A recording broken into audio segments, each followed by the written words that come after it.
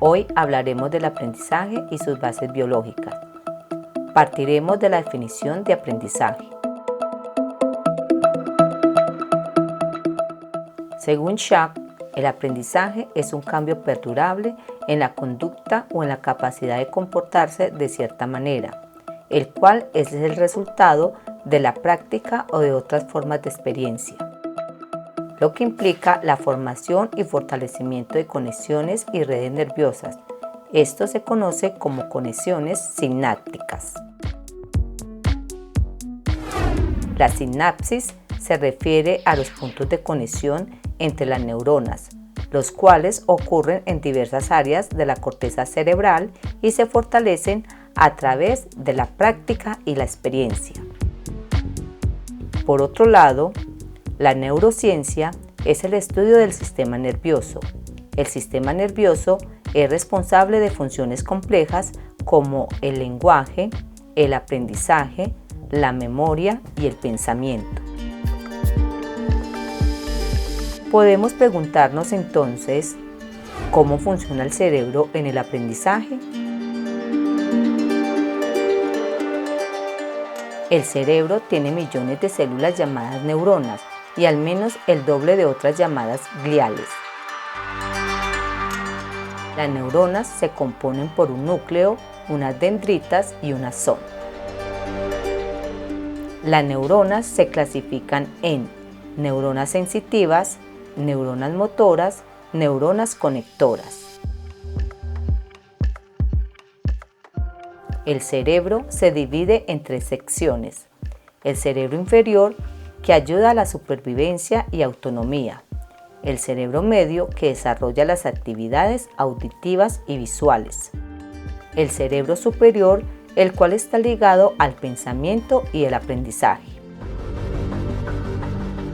El cerebro está conformado por diferentes partes y estructuras, donde la corteza cerebral, el tálamo, el hipocampo y otros están relacionadas con el proceso de aprendizaje. Aunque algunas funciones están localizadas, estas se encuentran trabajando juntas para llevar a cabo el procesamiento de la información. En el cerebro encontramos dos hemisferios. Hemisferio izquierdo controla el lenguaje, la capacidad lectora, la escritura, la memoria verbal, la lógica y el cálculo matemático. El hemisferio derecho controla el procesamiento visual, los sentimientos, las funciones no verbales y la memoria visual. Estos dos hemisferios se dividen en 4 lóbulos.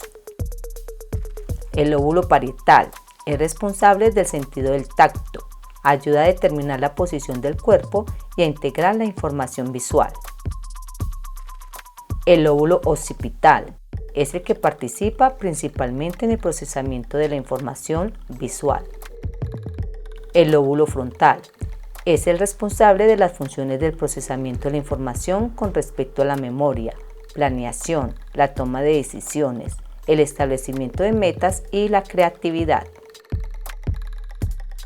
Por último, el lóbulo temporal está localizado a un costado del cerebro y es el responsable del procesamiento de la información auditiva.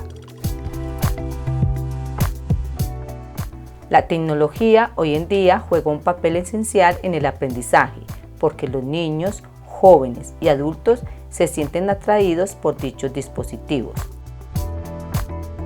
Un ejemplo de cómo el niño aprende usando la tecnología es cuando se le colocan videojuegos educativos en su entorno familiar o escolar, en donde deben asociar imágenes, escribir palabras y escuchar sonidos.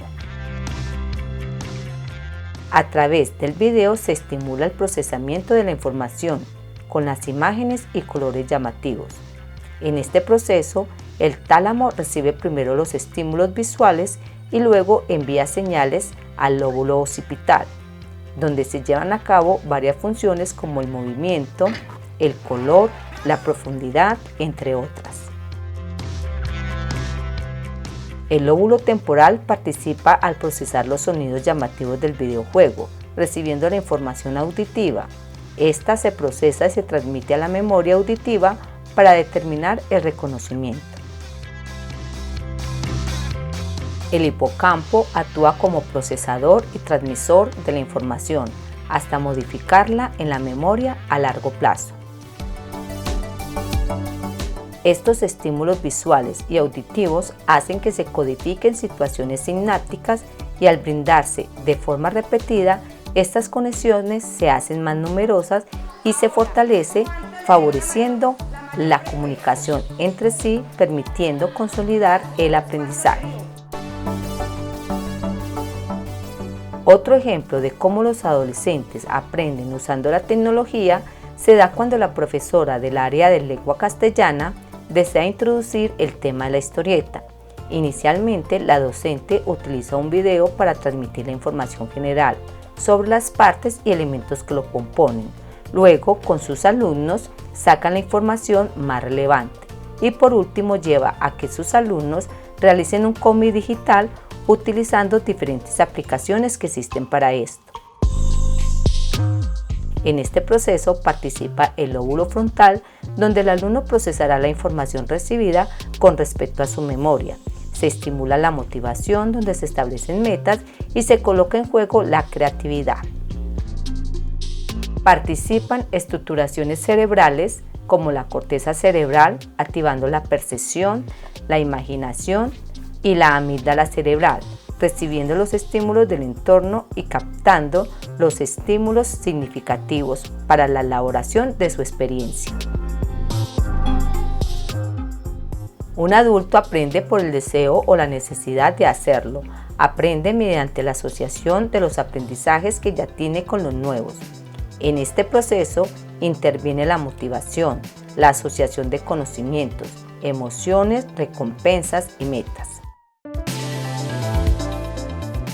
Un ejemplo sería el de los docentes cuando realizan un estudio de especialización o maestría, los cuales se ven enfrentados al uso de nuevas herramientas y aplicaciones tecnológicas para realizar sus trabajos, como infografías, videos, líneas de tiempo, produciendo la motivación, la asociación de los conocimientos que ya se tienen con los nuevos, metas establecidas como el de alcanzar un título profesional y una mejor remuneración económica. Como ventaja en esta forma de aprendizaje, el uso de la tecnología es una herramienta fundamental en todos los contextos sociales porque promueve la activación de la atención y de la concentración.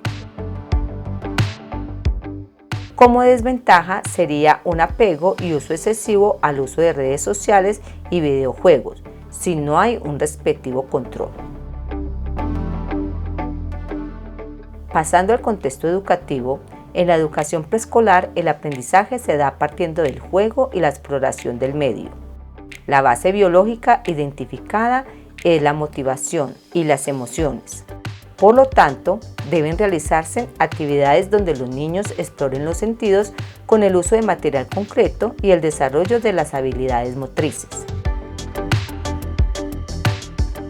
En la básica primaria se deben abordar aprendizajes que sean significativos, relacionando conceptos y términos más formales.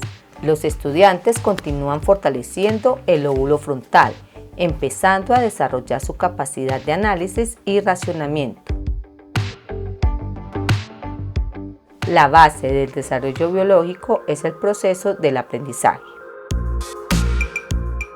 El aprendizaje en la secundaria, el cerebro sufre varias alteraciones estructurales. Los lóbulos frontales están madurando, los parietales aumentando y se nota mayor sensibilidad en los neurotransmisores y las sinapsis se reorganizan masivamente. Por tal razón es importante que el aprendizaje en el aula se dé entre la interacción de docente, alumno y contenidos, donde los adolescentes sean investigadores en potencia y protagonistas de su propio aprendizaje. Un ejemplo sería el aprendizaje por retos, donde los alumnos intentan buscar solución a un problema en su entorno. En esta etapa, el ser humano planea y construye su capacidad productiva. El cerebro está alcanzando su máxima maduración y el aprendizaje refuerza la calidad y fortaleza de la sinapsis, lo cual permite abordar procesos mentales complejos. El aprendizaje se vuelve mucho más autónomo, es decir, los docentes motivan, pero los estudiantes van más allá, investigando, creando, innovando.